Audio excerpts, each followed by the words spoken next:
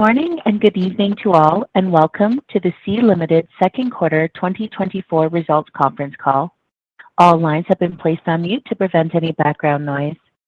After the speaker's remarks, there will be a question and answer session. If you would like to ask a question during this time, simply press star, followed by the number one on your telephone keypad. If you would like to withdraw your question, press star one again. For operator assistance throughout the call, please press star zero. And finally, I would like to advise all participants that this call is being recorded. Thank you. I'd now like to welcome Mr. MC Koh to begin the conference. Please go ahead. Hello, everyone, and welcome to Sea's 2024 Second Quarter Earnings Conference Call. I am MC, Sea's Investor Relations Director. On this call, we may make forward-looking statements which are inherently subject to risk and uncertainties and may not be realized in the future for various reasons as stated in our press release. Also, this call includes the discussion of certain non-GAAP financial measures such as adjusted EBITDA. We believe these measures can enhance our investors' understanding of the actual cash flows of our major businesses when used as a complement to our GAAP disclosures.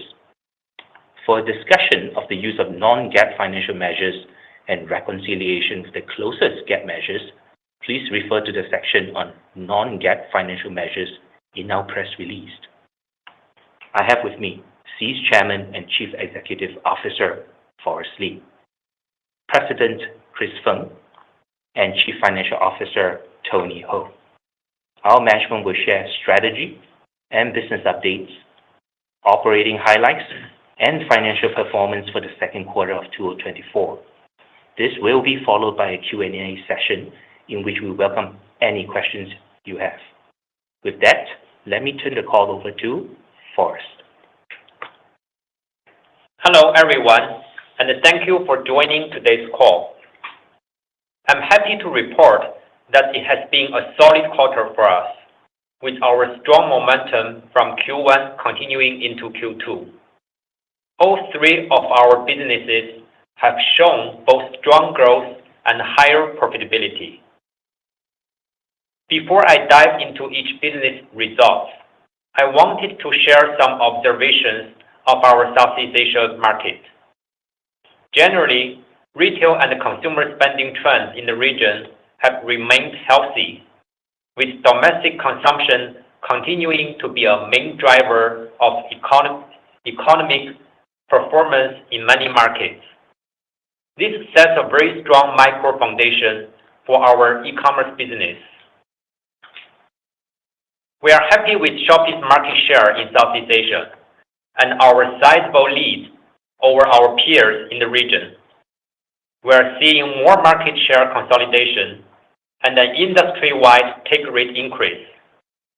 We believe this will move the industry toward profitability and sustainability, and we welcome this trend. With the strong results delivered in the first half and our outlook for the rest of the year, we expect that Shopee will become adjusted EBITDA positive from the third quarter. We are also revising up our guidance for Shopee's 2024 full-year GMV growth rate to the mid-20s. With that, let me take you through each business's performance in more detail. Starting with e-commerce. As we have shared before, Shopee's operational priorities are to deepen our competitive moats on three fronts: enhancing our price competitiveness, improving service quality to customers, and strengthening our content ecosystem. This strategy is paying off. Over the past 2 quarters, Shopee has been able to post healthy, sustainable growth while also improving its profit profile. One area we are placing greater focus on is improving our ad take rate. Currently, our ad take rate is lower than the industry average we observe in more mature e-commerce markets. To us, this represents a good opportunity to improve our monetization. Over the quarter, we have made it easier and more attractive for sellers to join our ad platform. We also have a dedicated tech team working on improving our ad bidding algorithms to help sellers achieve higher returns from their advertising spend. So far, the results have been encouraging. The number of sellers who pay for ads has increased by more than 20% year-on-year this quarter. We believe there is still plenty of upside, and we will continue to push on this front. We have also launched live ads across our Asia markets, allowing streamers, including both merchants and creators, to insert ads into Shopee Live. This feature has been very well received. In Indonesia in June, 1 in 4 active streamers paid for live ads. This feature helps streamers boost their sales efficiency while increasing our ad take rate, enhancing our content ecosystem, and improving our live streaming unit economics. On improving our service quality to customers, our logistics capabilities continue to differentiate us. In a survey, 50% of buyers in Java, Indonesia cited fast delivery as their reason for choosing Shopee. We have continued to integrate more closely with our many logistics partners to widen our coverage and deliver packages faster. SPX Express, in particular, has managed to improve delivery speed while also reducing its costs. In the second quarter, more than 70% of SPX Express orders in Asia were delivered within 3 days of order placement, with cost per order declining 8% year-on-year. Another initiative to enhance customer service quality has been improving the buyer return refund process, a common pain point in e-commerce. Earlier this year, we launched a change of mind returns feature in our Asia markets, letting buyers initiate no questions asked returns within 15 days.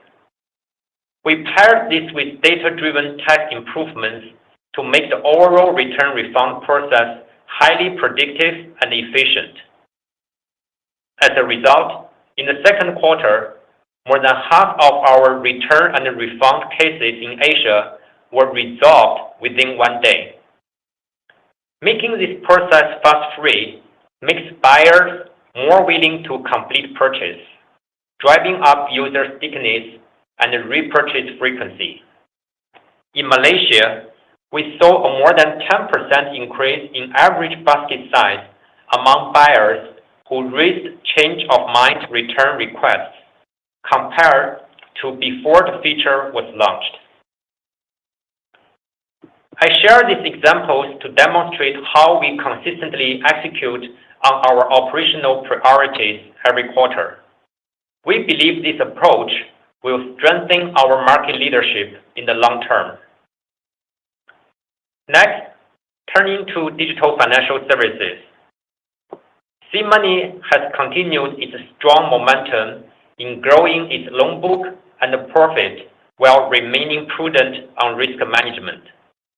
Both revenue and adjusted EBITDA have grown very well year-on-year. Consumer and SME credit business continues to be the primary driver of SeaMoney's revenue and profit growth. We are making good progress on deepening our credit product penetration both on Shopee and off Shopee. Our large Shopee user base is a unique advantage. It enables us to acquire new customers very cost efficiently by promoting the right products at the right time to the right users. In the second quarter, we registered over 4 million first-time borrowers of our credit products, a figure that has more than doubled compared to 1 year ago. We have also expanded our off-Shopee credit use cases. In Indonesia, we partnered with over 1,000 electronics stores to introduce customized as pay later loans for mobile phone sales. We were the first player in the market to provide instant credit approval for this category at scale. We will continue to explore more credit use cases in our markets. With all these efforts, we have grown our loan book size to $3.5 billion at the end of June, up almost 40% year-on-year. Notably, our non-performing loans metric held steady at the end of the quarter. In fact, it improved slightly from the previous quarter. We now have 21 million consumers and SME loans active users, up almost 60% year-on-year. Looking forward, we will continue to invest in growing our user base efficiently and effectively, as our markets are still underpenetrated and present sizable opportunities. A large user base will be a cornerstone of future growth for SeaMoney, especially as we introduce more product offerings. Finally, turning to our digital entertainment business. Garena's 2 years of hard work and taking a user-centric approach are paying off. We have delivered a strong quarter with more than 20% year-on-year growth in bookings, mainly contributed by Free Fire. At the end of June, Free Fire released a 7th anniversary version update, our largest in-game event of the year.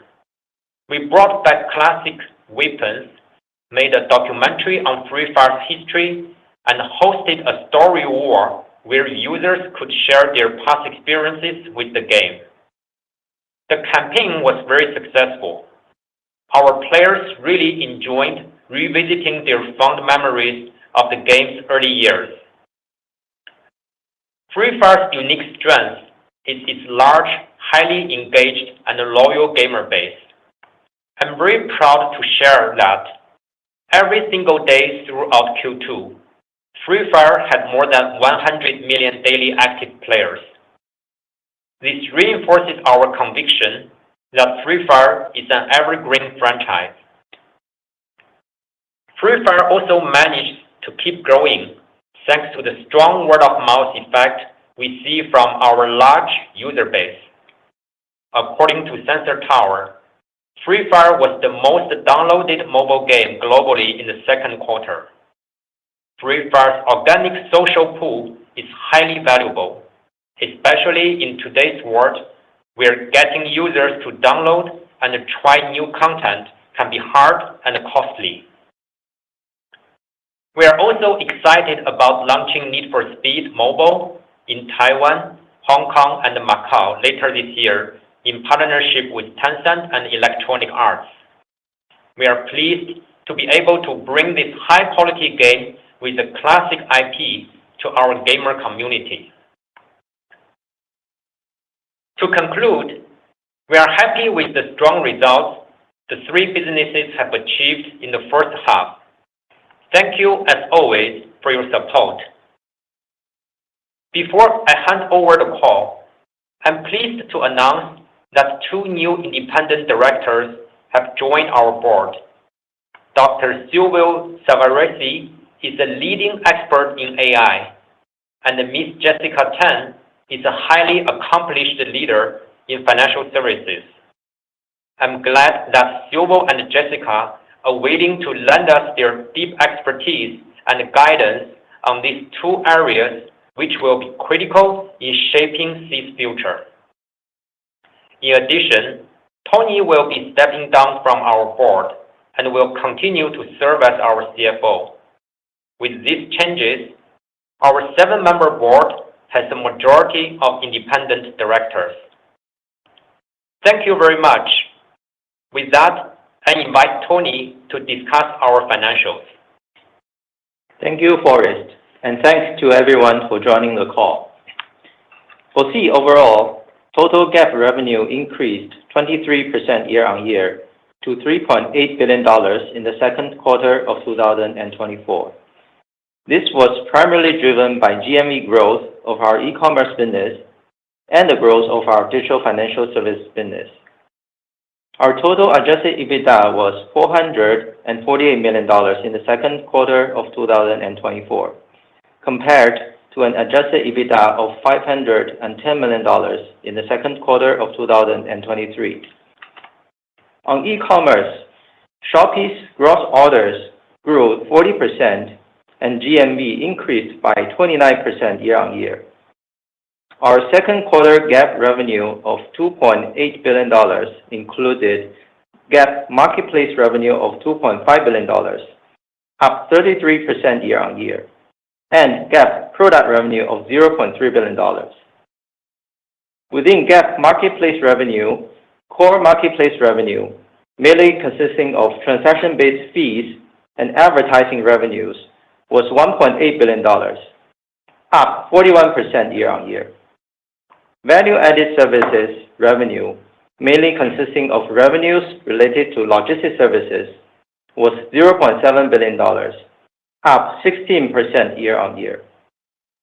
E-commerce adjusted EBITDA improved quarter-on-quarter, with losses narrowing to $9 million in the second quarter of 2024, compared to an adjusted EBITDA loss of $22 million in the first quarter of 2024 and an adjusted EBITDA of $150 million in the second quarter of 2023. For our Asia markets, we continued to achieve positive adjusted EBITDA following our first quarter of 2024 results, recording $4 million during the quarter, compared to an adjusted EBITDA of $204 million in the second quarter of 2023. In our other markets, the adjusted EBITDA loss was $13 million, narrowing meaningfully from last year, when losses were $54 million. In Brazil, unit economics continued to improve as we achieved a positive contribution margin per order of 9 cents for the quarter, as compared to a loss of 24 cents in the second quarter of 2023. Digital financial services GAAP revenue was up by 21% year-on-year to $519 million. Adjusted EBITDA was up by 20% year-on-year to $165 million. As of the end of June, our consumer and SME loans principal outstanding reached $3.5 billion, up almost 40% year-on-year and 8% quarter-on-quarter.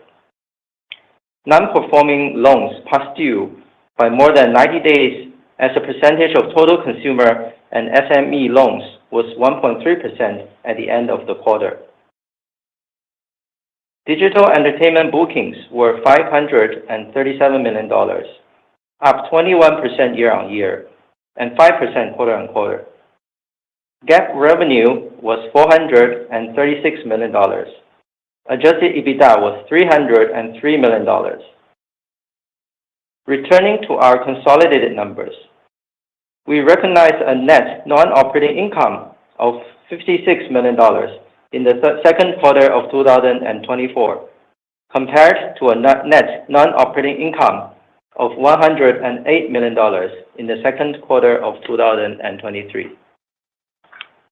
We had a net income tax expense of $61 million in the second quarter of 2024, compared to net income tax expense of $62 million in the second quarter of 2023. As a result, net income was $80 million in the second quarter of 2024, as compared to net income of $331 million in the second quarter of 2023. With that, let me turn the call to MC. Thank you, Forrest and Tony. We're now ready to open the call to questions. Operator? Thank you. We will now begin the question and answer session. If you would like to ask a question during this time, simply press star followed by the number 1 on your telephone keypad. If you would like to withdraw your question, press the star one again. In the interest of time, we will take a maximum of 2 questions at a time from each caller. If you wish to ask more questions, please request to join the question queue again after your first question has been addressed. At this time, we will pause momentarily to assemble our roster. Your first question comes from the line of Pang Vittayaamnuaykoon with Goldman Sachs. Your line is open. Good afternoon, management. Thank you very much for the opportunities. 2 questions from my side, both on e-commerce. Number 1, could you please comment on the latest competitive landscape you have observed? We are seeing all players, including yourself, push for further rationalization into third quarter, especially on the merchant fronts. How should this translate into your results and your updated guidance? In another word, what factors do you include in your revised guidance? That's question number 1. Question number 2, specifically on margins. What type of near and medium-term margins can we expect Shopee to deliver, and how do you plan to achieve that? Any update on long-term margin expectation as well? Yes. On the competitive landscape, I think as Flores mentioned in the opening, we do see a more stable competitive environment in the past few months. As you mentioned, there are positive movement in terms of the take rate from various players in our market, and I think we welcome that as a signal of more stable environment for competition perspective. Our longer-term view on the profitability target stay unchanged as 2 to 3% of the EBITDA, as we shared before.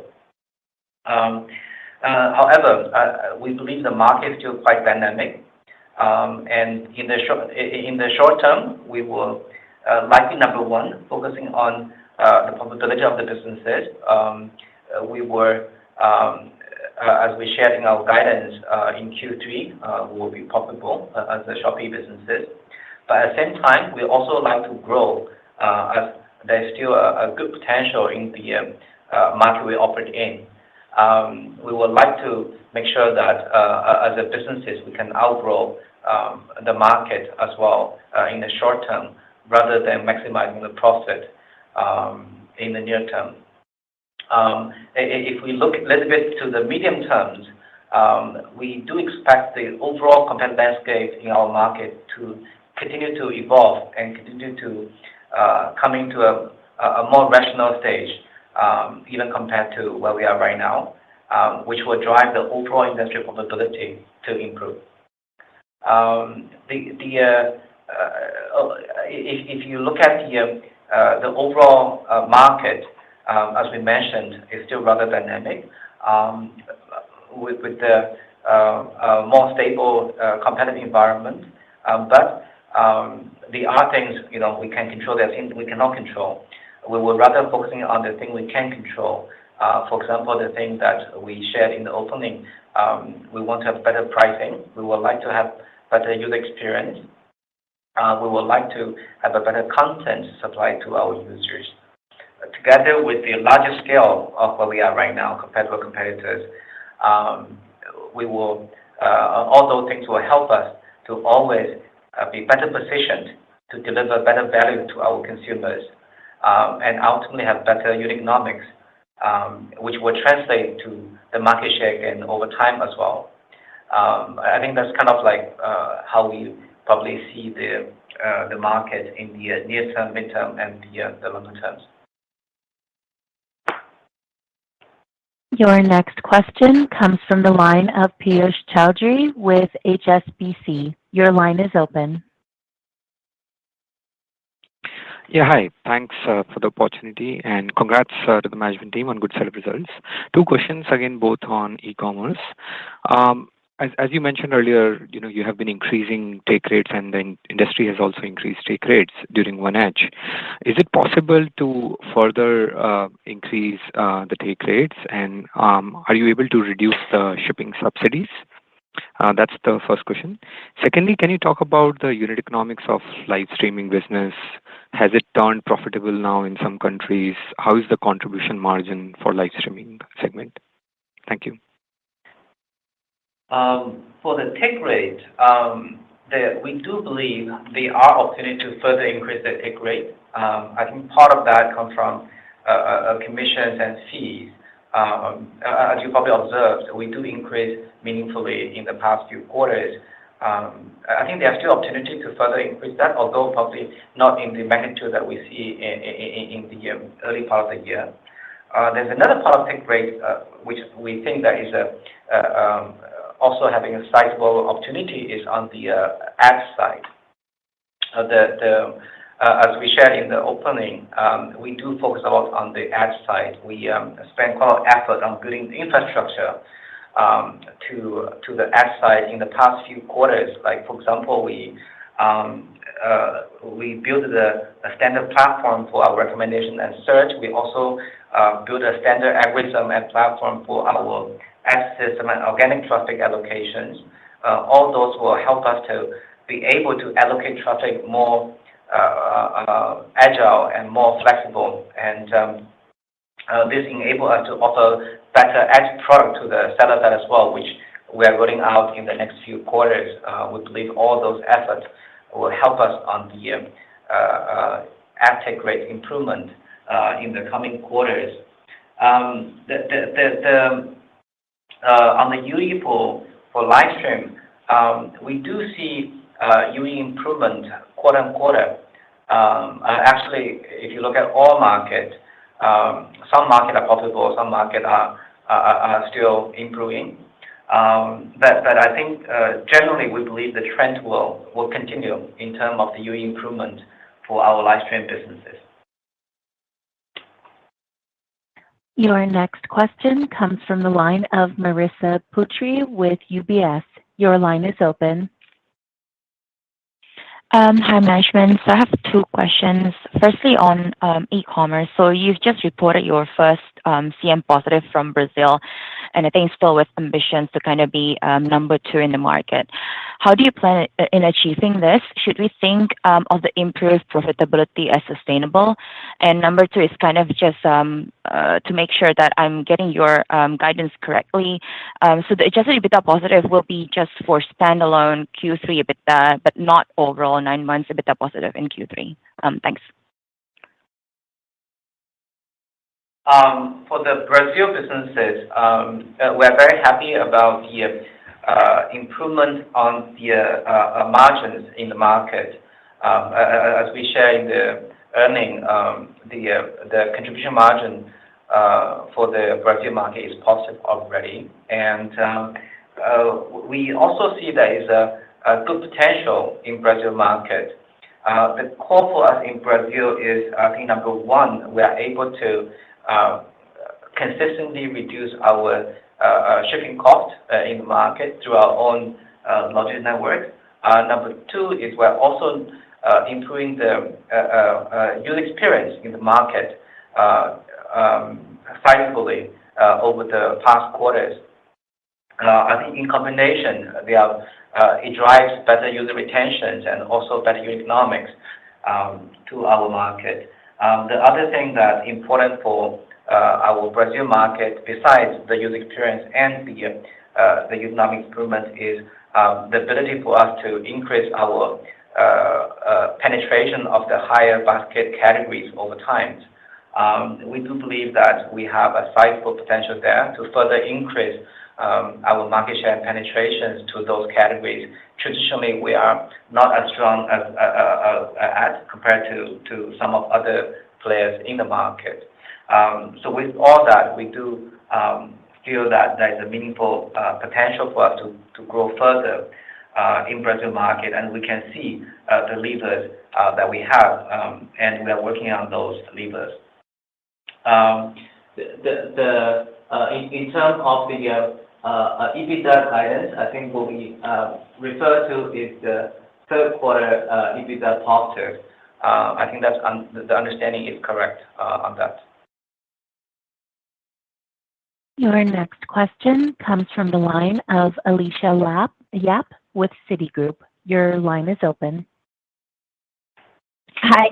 Thank you. Good evening, management. Thanks for taking my questions. Two questions. First, can management share the update on the progress of acquiring on the non-Shopee platform user for the DFS business and the GTV growth for the non-Shopee platform? Will this more from the offline transactions like those offline retailers, the restaurant partners, or C actually will be open to work with any online partners, including, for example, the online travel agents? So this is for the DFS question.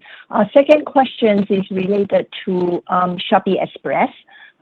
So how are we going to further optimize the operation efficiency and also further improve the cost structure for the logistic business in the coming quarters? Thank you.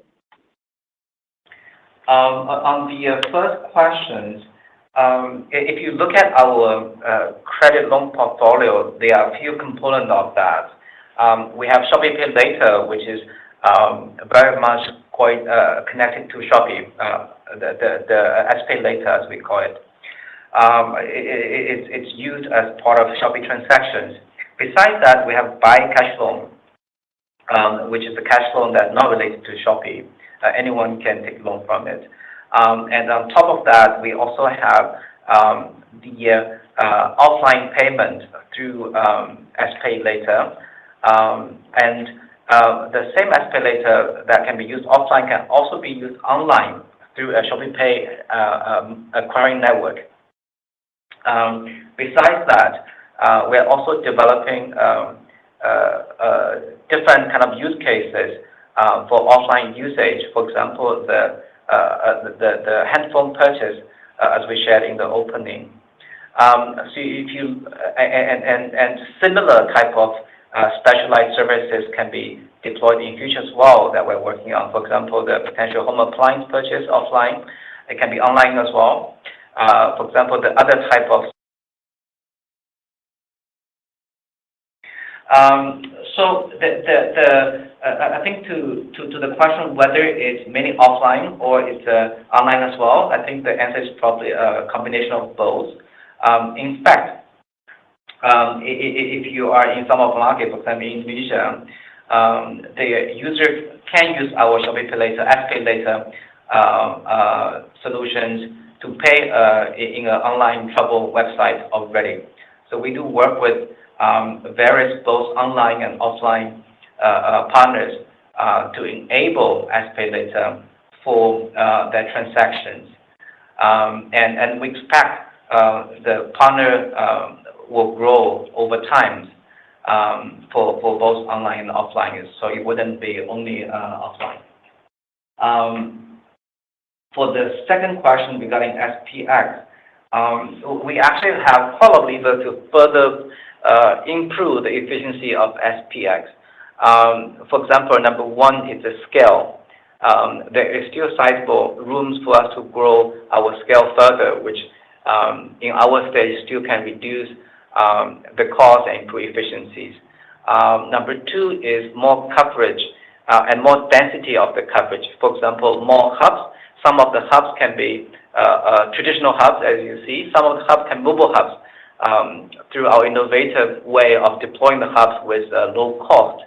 And if you look at Q2, we actually add about 900 hubs in Q2, and size of them are mobile hubs with low cost operations. Number three is we're also doing more automation through our network. For example, in our SOCs, we are adding more automation solutions. Either it's a full ASM, automatic sorting machines, or it's a hybrid solution when there is a smaller SOCs, which will further improve our productivities. We're adding similar solutions not only to SOCs, but also to some of our first mile and last mile hubs when the scale enable it. And number four is better technology supporting our businesses. For example, a better sorting for our last mile drivers. We're deploying a solution that we can auto suggest the routing and sequencing.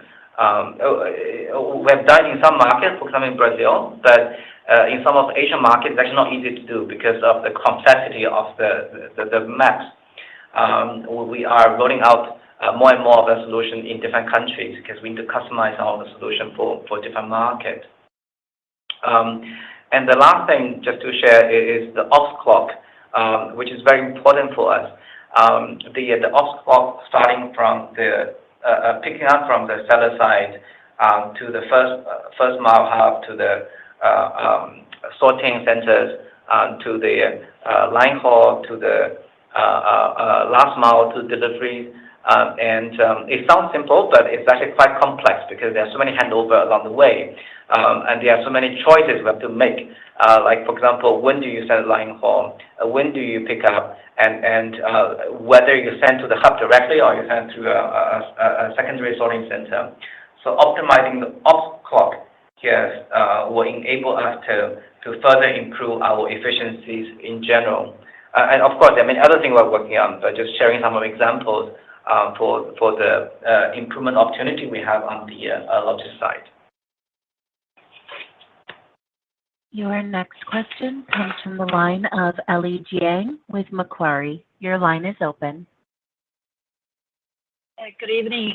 Thank you, management, for taking my question. I have two. Number one is a follow-up on e-commerce. Just wanted to ask about the ad take rate the management commented. We talked about the sizable opportunities ahead, but if we look in the next several years, what kind of timeline do we really anticipate to ramp up this ad kind of revenue and potentially get to a level that's similar to the mature market players? So, for example, how does it take for us to stimulate more ad spending from the merchants? Would it be more efficient marketing tools or coming from more higher ticket size item sales? And the second question is on the gaming segment. So it seems like Free Fire is really generating momentum, and according to some third-party trackers, the momentum remains quite strong quarter to date. So can you comment on the visibility or the sustainability for the second half outlook? And for the potential kind of Need for Speed distribution that we partner with Tencent, what kind of financial kind of contribution would that be coming from the second half as well? Thank you.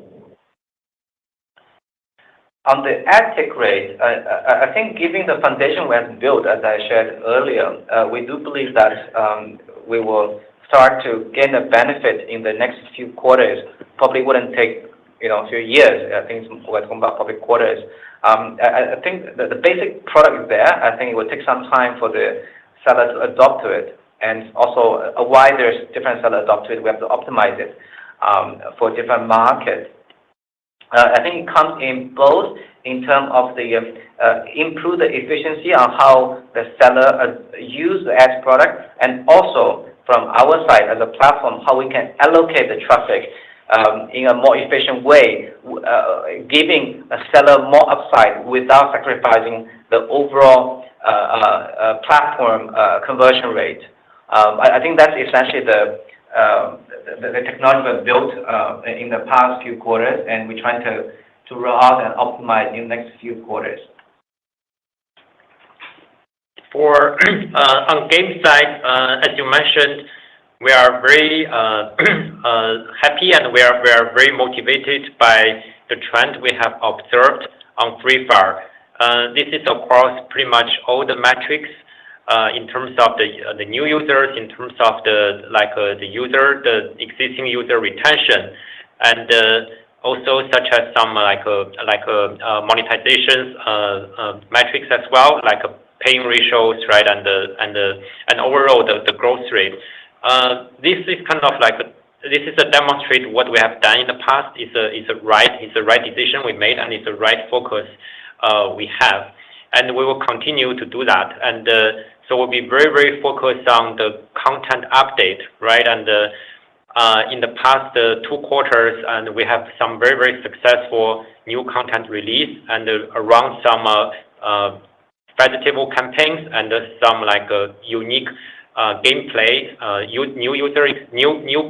gameplay experience. So we'll continue to do that. There will be several big updates already in the pipeline, and we have a pretty kind of a strong confidence on the on the result of those new updates. And on top of that, and we are continually seeing Free Fire as a platform, and it's not just evergreen franchise. It's more like a platform. So the way we think about it, this is as we shared, like on every single day, like Free Fire can reach more than 100 million users globally. So that is very, very sizable. That is a very, very large scale. I think although you may consider the game is always the name is always called Free Fire, but in Free Fire, so if you log into the game and you will start to experience all different type of a game experience and like different game mode. So it's kind of like a combination of the different gameplay experience within one platform under one Free Fire umbrella. So we'll continually explore that as well. And some other like a longer term initiatives we have been very, very focused on, and I personally feel very excited is about how to use the AI tools, right? And both on the like a production side, the game development side, right? How to make the production more cost efficient, like how to improve the speed and the quality of the production. At the same time, we continually explore what is the type of a new game experience for gamers enabled by AI. So this has been a focus of the team. And on the other end, is related to the platform perspective we have. We are not only building the game content, and we are continually focused on building on the game creation tools within the Free Fire ecosystem, within the Free Fire universe. And gradually, we're going to work with the third-party content creator, game developers to create a different various experience within the Free Fire platform to reach to our 100 million daily active user base. So this is I think that will not only make the Free Fire kind of offer a more complete gamer experience. At the same time, this will continually help us to on the user engagement and the monetization. So we remain very, very confident for the rest of the year, the momentum. But as we all know, a game business, have sometimes have the impact of the seasonality, right? This is related to the school holidays, related to the certain vegetable in certain market. But look a little bit a longer term, right? And from the full year perspective, as you asked, and we remain confident to deliver the double-digit growth for Free Fire for both the monetization side and also on the user growth side. And we are very excited. We work very, very closely with our partners like EA and the Tencent to work on the new game in our pipeline. But I would say it's still early to comment, right? And what in terms of the revenue contribution. And internally, we have been tremendously still focused on Free Fire, and we'll let the market know and give the more kind of detailed update when we get the new game launched. I think when we get a user feedback and we see the stats, we'll have a better sense of how big potential those new games could be. Your next question comes from the line of Divya Kosayo with Morgan Stanley. Your line is open. Yep, thank you very much. My first question is just on your views on the higher risk from competition from cross-border e-commerce in ASEAN. I mean, given the traction that Temu is seeing in recent months in Philippines and Malaysia and their recent entry in Thailand, do you think that this could also become a credible competitor the way TikTok kind of came to this geography? And how are we planning to respond to this, especially in relation to our positive adjusted EBITDA guidance for the third quarter? And my second question is on e-commerce GMV. Is the higher guidance coming more from the surprises in Brazil, or is it from ASEAN? And if you can comment on the trends that you're seeing in July and August, given that second half is slightly tougher base than the first half, and are we seeing any sort of tapering there? Thank you. For the CB players, I think you will probably refer to Tmall's businesses coming to Asia. I mean, generally, we have a lot of respect for what Pinduoduo and Tmall has achieved in the past years. However, I think for our market, we'll probably monitor, but from what we see so far, I think the impact to our business is probably rather limited from what we see. I think for two reasons. One is CB by nature is a smaller part of our businesses in our market.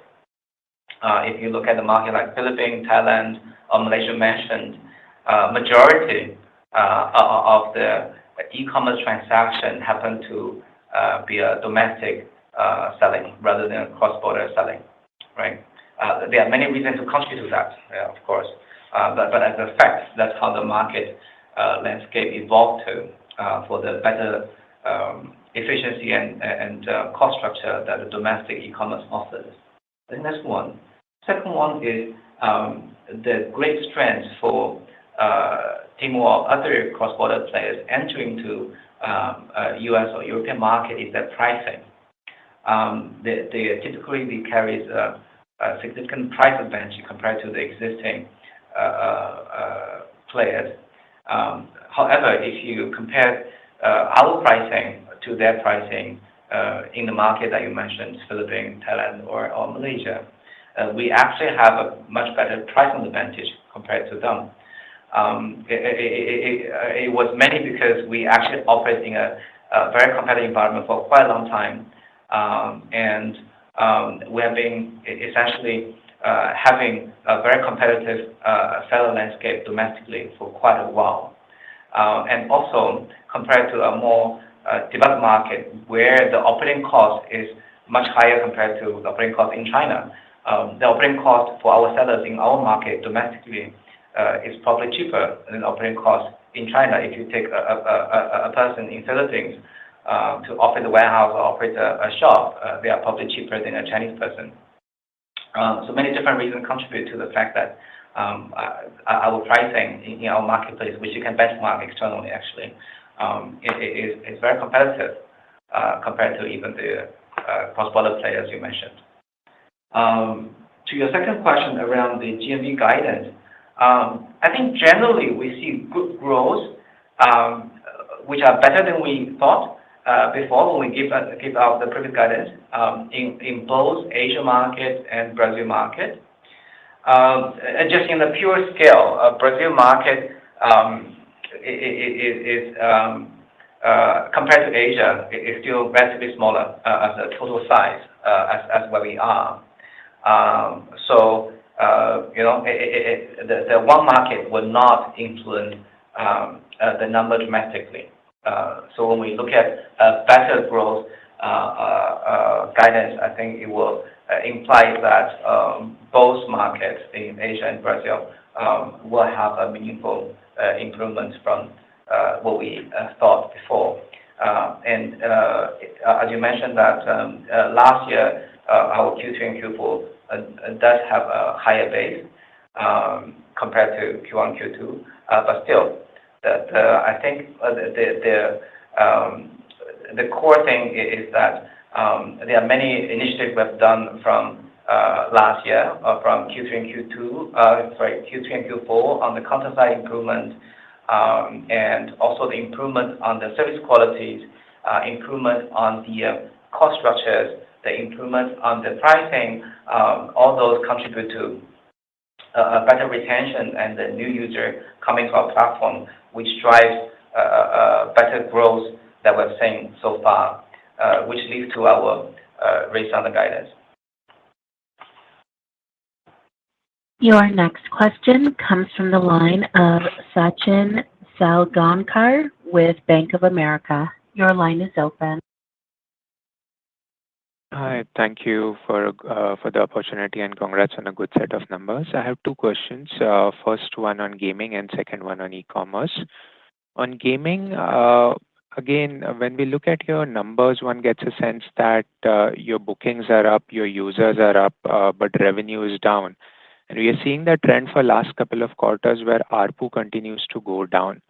What happened this quarter is clearly we could see margins almost being at an all-time high. So want to understand, is this a specific trend we should look at going ahead where ARPU continues to decline and margins continue to improve or at least stay at these levels?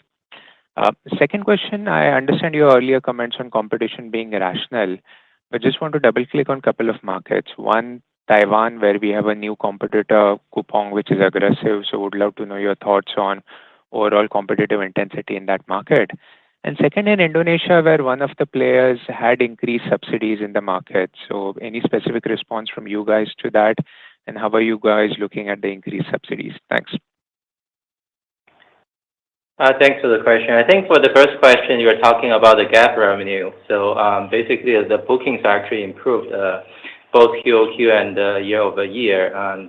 Well, because of the GAAP treatment, we have to defer more revenues into the future quarters. So that's why we typically see the variations in the GAAP revenue side. That is on the reverse side with the booking side. So well, for ARPU, what we see is average revenue per user is relatively stable. While it might be fluctuating a little bit, but it's more coming from the market mix. We don't see very big fluctuation QOQ for this quarter. I think for your question on the competitive landscape in Taiwan and Indonesia, if you look at Taiwan, I think Taiwan, we still enjoy a rather dominant market position in the market. We do see some new entrances, and we do look at it seriously. But I think the impact to our business at this stage is relatively small. And the core thing for us, I mean, without commenting too much on specific competitors, of course, the core thing that we are doing in Taiwan is number one, to shorten our delivery time through our own SPX network. We're covering a lot more next-day deliveries through our own SPX network, which is typically done through a 3PL with much more expensive delivery systems. We are able to do a next delivery with much cheaper, in many cases, probably 40%, 50% cheaper than the alternative solution in the market. That's one. Second one is to further increase the efficiency of the supply side, to work with our sellers to fulfill their orders, not only the delivery side, but also the warehousing side, the fulfillment side, to do it in a more cost-effective way. Number three is to work with more sellers to increase their assortment for those areas that we think can be further enhanced. I think all the things will help us to maintain our competitiveness in the market while maintaining the profitabilities in the market. For Indonesia, I think there are different players doing different things in the market, and there will be seasonal fluctuations. We would pay less attention to sort of a short-term up and downs on the subsidies you mentioned. I think we look at sort of a slightly longer term, let's say medium-term trend, at least month-to-month or quarter-to-quarter trend. We didn't see any significant changes on that. If you look at slightly longer term rather than focusing on specific campaigns or specific weeks or days. Your next question comes from the line of Thomas Chung with Jefferies. Your line is open. Hi, good evening. Thanks, management, for taking my question. My first question is about our DFS business. Just now, I think our management comments a lot about BNPL, cash loan, and offshore pay later.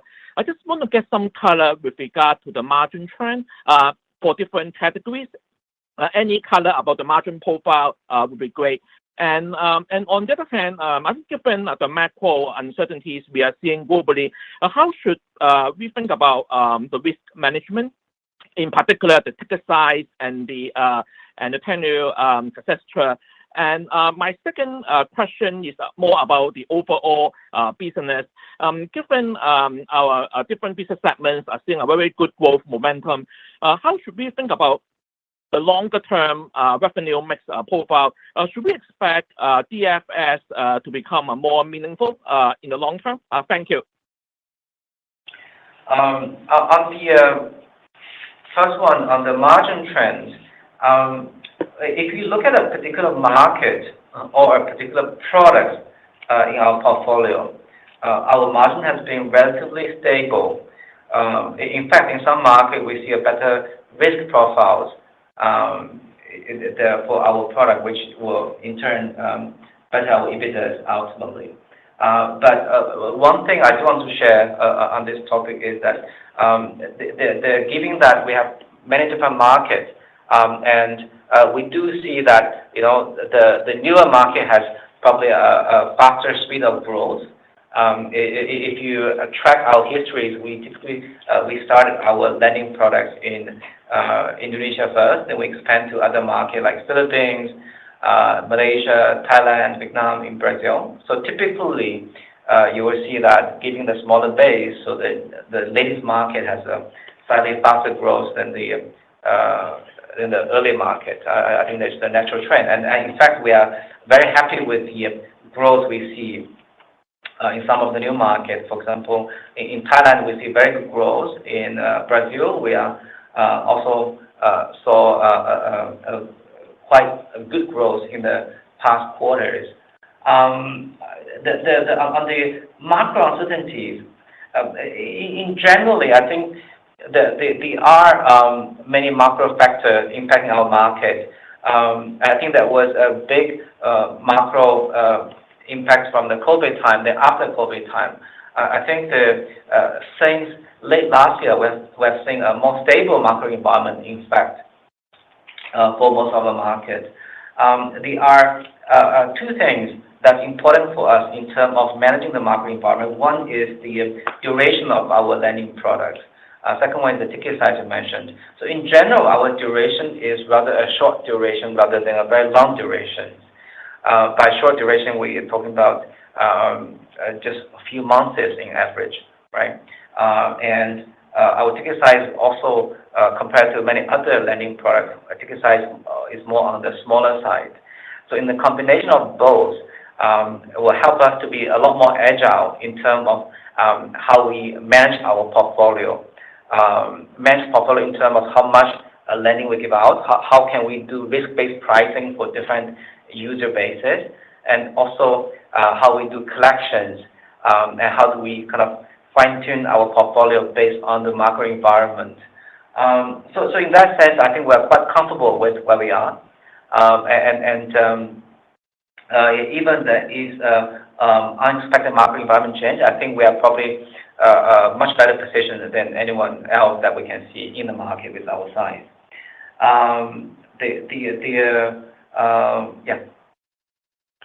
For the long-term revenue mix of three business, if you look at each of the three business, I think each of them some like at this moment have some tailwind, right? And for our like estimated e-commerce like GMV growth, right? And that will be the driver of the potential revenue growth as well.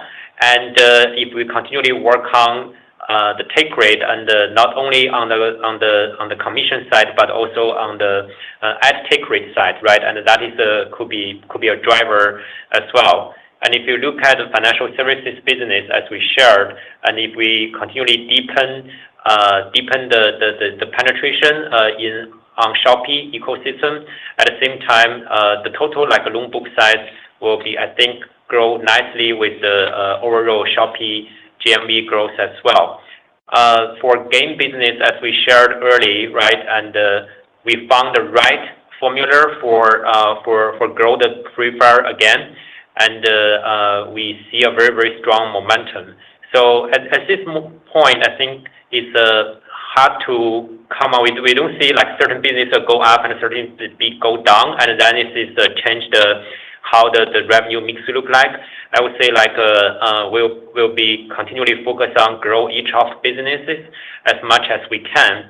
But like as Tony just mentioned, but purely from a GAAP revenue perspective, certain growth of the game business because of how the GAAP revenue works, it may there's a certain delay how to react to reflect into the GAAP revenue, right? And so that's why in general we use the booking as the like a closer proxy the benchmark in terms of the growth. If from that perspective, maybe we can like see the higher percentage of the revenue contribution from financial services. But again, this is a purely in our view because of the GAAP revenue treatment for the game business doesn't reflect we kind of we don't have the confidence on the future growth of the game business. Yeah. Your next question comes from the line of Jiong Chao with Barclays. Your line is open. Thank you very much for taking my questions. I should have a couple follow-ups. One is back on the take rate. You talked about increasing the advertising take rate to the global comps, global benchmark in a matter of quarters, not years. In your opening remarks, you also talked about your commission take rate, I think, is below the global comps. Even it's good you guys and your peers are raising your take rate, but your commission take rate is still quite a bit below, you know, the Amazon, the Mellies, the eBays.